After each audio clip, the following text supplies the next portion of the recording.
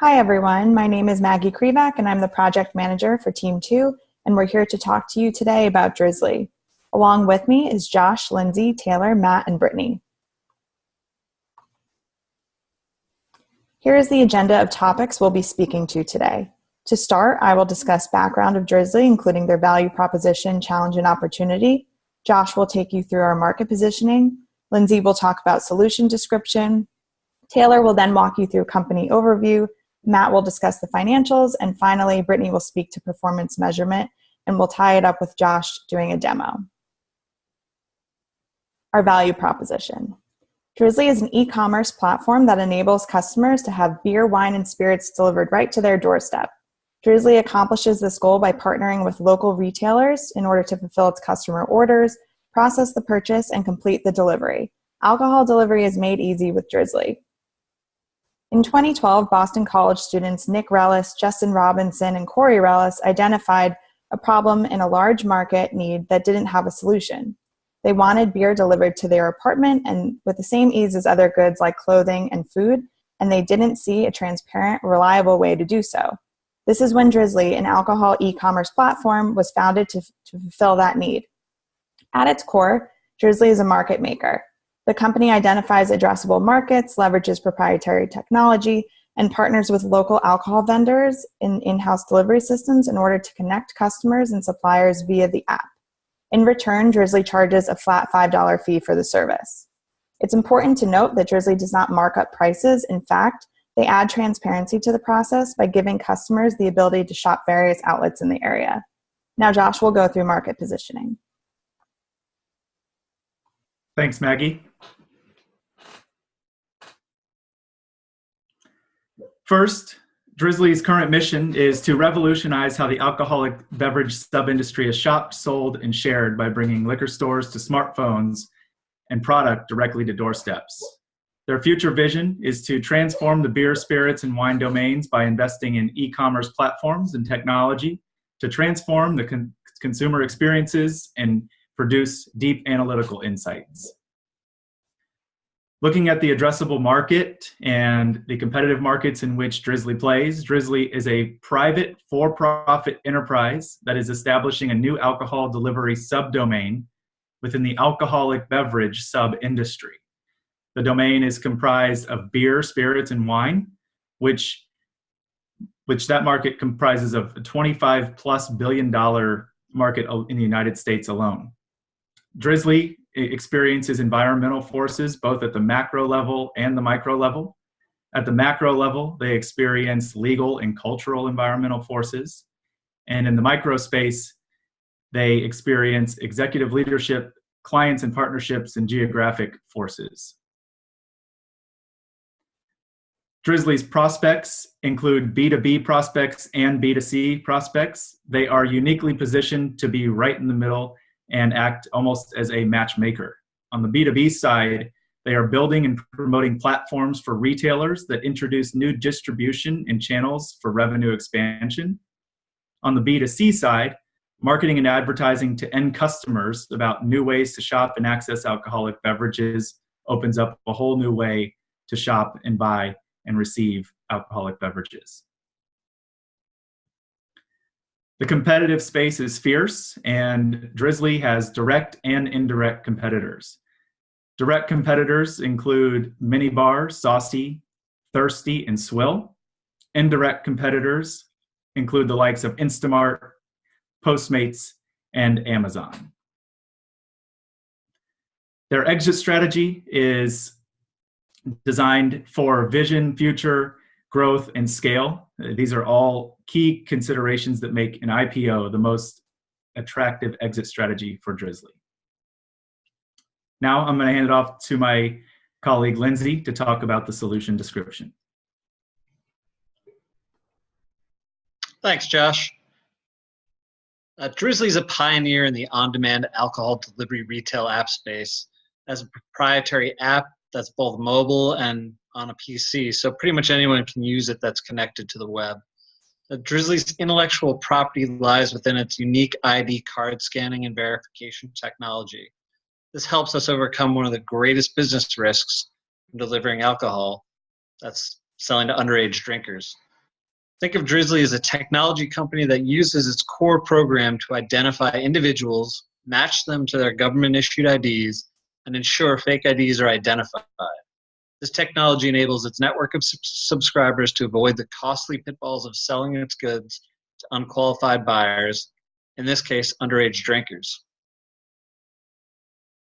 Delivery and selection comes down to the Drizly network and retailers in an area, allowing it to offer a much larger variety while not worrying about inventory or pricing.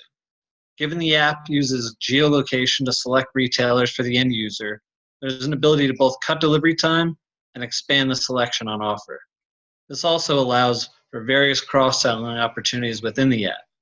While the core function of the technology is to eliminate underage consumers, while providing the largest selection of products, there are selection biases or advertising opportunities that can be targeted at the regional level. A given liquor company, not associated with retailers in the network, can pay for premium placement and target specific holidays or even sporting events. Programming is the core of Drizly, and its constant updates pushed to its consumers. There's always the threat of emerging technology that will disrupt a sector or even existing new platforms. E-commerce platforms are constantly in a race to undercut other platforms' pricing models. With Drizly's focus on the age and ID verification and localized inventory capabilities, the price war is less of a concern. The focus lies in keeping the retail network and users happy with the app by constantly updating the software on their devices, ensuring that the underlying core ID verification continues to improve while end user acceptance and use proliferate. Now I'm going to hand it over to Taylor to talk about more broad company overview. Thanks, Lindsay. So as far as history goes, as Maggie mentioned, Drizly was founded in 2012 by 3 Boston College students. 2 years later, Drizly raised $4.8 million in seed funding on 2 separate rounds. And just 2 years after that, Drizly started expanding geographically, including other markets across North America, including Canada. Within the last 12 to 18 months, Drizly started expanding its leadership team and has poached executives from Apple, Procter & Gamble, and Time. From an org chart perspective, the Drizly founders are still closely tied to the business, serving the CEO, COO, and SVP roles. With regard to the rest of the business, it's bifurcated in 2 key areas, one focusing specifically on the e-commerce technology, and the other focusing specifically on the alcoholic beverages, ID technology, and distribution technology. From a leadership standpoint, as I mentioned, the 3 founders are still intimately tied to the business, and other board members include representatives from Polaris Partners, Reynolds, and company venture partners, as well as the former CEO of Walmart. And from a traction perspective, tech-savvy millennials have been early adopters of Drizly, with the average customer age coming in at 33 years. As I mentioned, Drizly has been expanding aggressively in North America and is now in 70 different markets, including a growing and suburban and rural segment. And lastly, Drizly partners with local retailers for in-store pickup or delivery, and Drizly orders are even 3 times larger than average purchases in traditional liquor stores. Now I'm going to pass it over to Matt, who's going to dig into the financials a little further for us.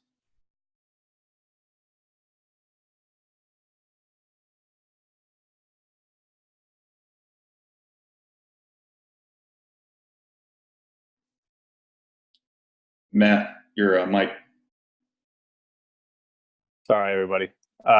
Start that again. My name is Matt, and I'll be going over the revenue, costs, and ROI, as well as the financials with you today. Drizly's primary revenue streams are from monthly subscriptions paid by liquor stores and distributors for the sale of wine, liquor, and beer, as well as other beverages like soda, water, syrups, and mixtures that you can find on our website. We project the average selling price that we'll capture on a per transaction basis across the products is about $2.33.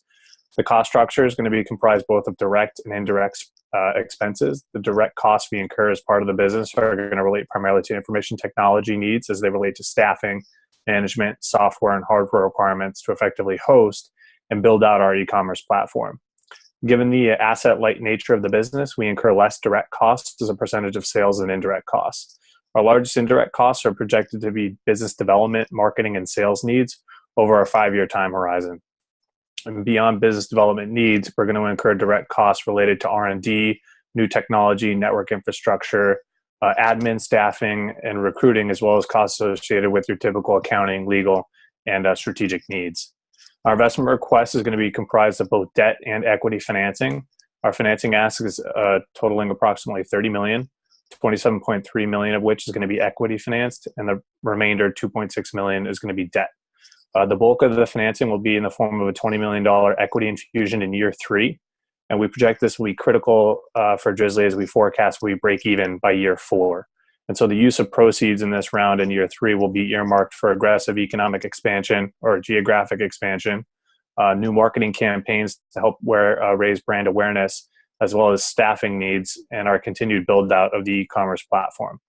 And so we're confident that these initiatives in year 3 is going to give us a clear line of sight to become profitable in year 4. We expect an annual return on investment of about 20% based on our total investment request. And over our 5-year time horizon, this ROI translates into a hurdle of just under $6 million in net profit, a level that we should surpass by about $3.1 million based on our forecasts. As you can see, we're projected to grow sales almost 6-fold annually from years 1 through 5. The margin profile of Drizly is quite impressive given the asset-light nature of the business. As I indicated previously, the $20 million investment in year 3 is going to be needed to provide us with enough cash to effectively execute our strategy of expansion, marketing, and staffing needs to support all those functions. This is going to help us achieve profitability in year 4 while helping us push sales well over $100 million by year 5, which is a level that we deem is critical to achieving the scale necessary for a successful IPO and our ultimate exit strategy. We project a net cash position as a percentage of sales to be between 15 and 20%, which is a healthy level that allows us some wiggle room to handle any unexpected cash expenditures.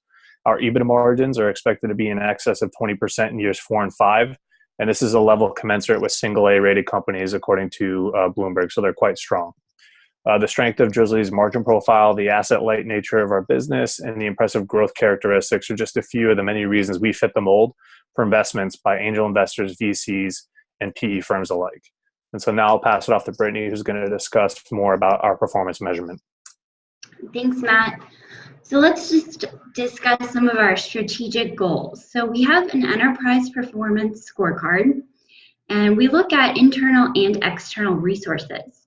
So 6 of the internal resources we look at are human resources like our staff, machine resources, tools, information resources, that's our knowledge, our know-how base, financial resources, that's the capital, intellectual property resources, that's our proprietary inventions we've talked about, and facility resources, which is our sites, our buildings. And then we have the external, which are our board of directors, our advisors, such as governance. These are shareholders, stakeholders. We also have legal authorities, supply chain interfaces, our competitors' interfaces, those are our threats, our prospect interface, those are our opportunities, delivery partner interfaces, and customer interfaces. So all of these categories, we give them a score which corresponds to a letter grade, and then we give them a proportional weight in the total scorecard. And what we end up for Drizly is an 86.6%, which corresponds to a final grade of B, and that has a growth level of 4, which is very strong. So now let's look at some of our year 1 objectives. So each of our internal resources, we're looking at appraisal factors, and these correspond to key performance indicators. So I'll call out a few that are important for us. So our financial resources, as we discussed, capital, that's very important. So we want to make sure we're completing our percent of next year forecasts. We also want to look at our intellectual property resources. So that's our differentiation, as we've discussed as well. So complete percent of solution marketing program, that's going to be our KPI. We also want to call out our shareholders. We want to have top line growth. So we really need to achieve a revenue amount, as Matt discussed, above a certain dollar threshold. And then we also have our delivery partners interfaces. So those are our third-party add-ons. That's really important as we make sure we're obtaining the best third-party product that we can get. And then we also want to make sure our customer interface is good and that we're achieving our percentage of project expansion. So with that, I'm going to turn it back to Josh, who's going to give us a demo of I'm actually going to discuss the tactical projects for some of these KPIs that I brought up. So our financial resources, we want to establish a forecasting team to get that into check. For intellectual property resources, we want to make sure we're reviewing Drizly's differentiation compared to competitors, make sure we're maintaining a competitive advantage. For our shareholders, we want to make sure we're getting that revenue. So we're going to have our sales team target meeting with 5 different markets per quarter to bump up that revenue line. For delivery with third-party add-ons, we want to make sure we're researching all of the third parties that will meet that criteria so that we can get the best software for our program. And for customer interface, we want to make sure we're continually monitoring markets for any type of expansion. So now I'll turn it over to Josh, who's going to talk about our demo. Thank you. Now the fun part. We'll show you how it works. As you can see here, we have our landing page. We will simply log in here. And for this transaction, we're really interested in martinis. So we want to order and have delivered some Tito's handmade vodka. We want it delivered to our address at 123 Water Street in Boston, Massachusetts. We'll check out the local pricing through our app. We'll take a 1 liter bottle, and we'd like 2 of them because we are Drizly thirsty. Add them to our cart, and we're ready to check out. We'll go to our cart, proceed to checkout. We'll use our selected address that we used earlier. Insert authentic payment information, and we're 1 step away from completing our transaction. So we would enter our credit card information here, go to the next page that confirms our order, and then within 60 minutes, our Tito's vodka will be delivered for martinis. It's as simple as that. Cheers, your next beer is just 1 click away.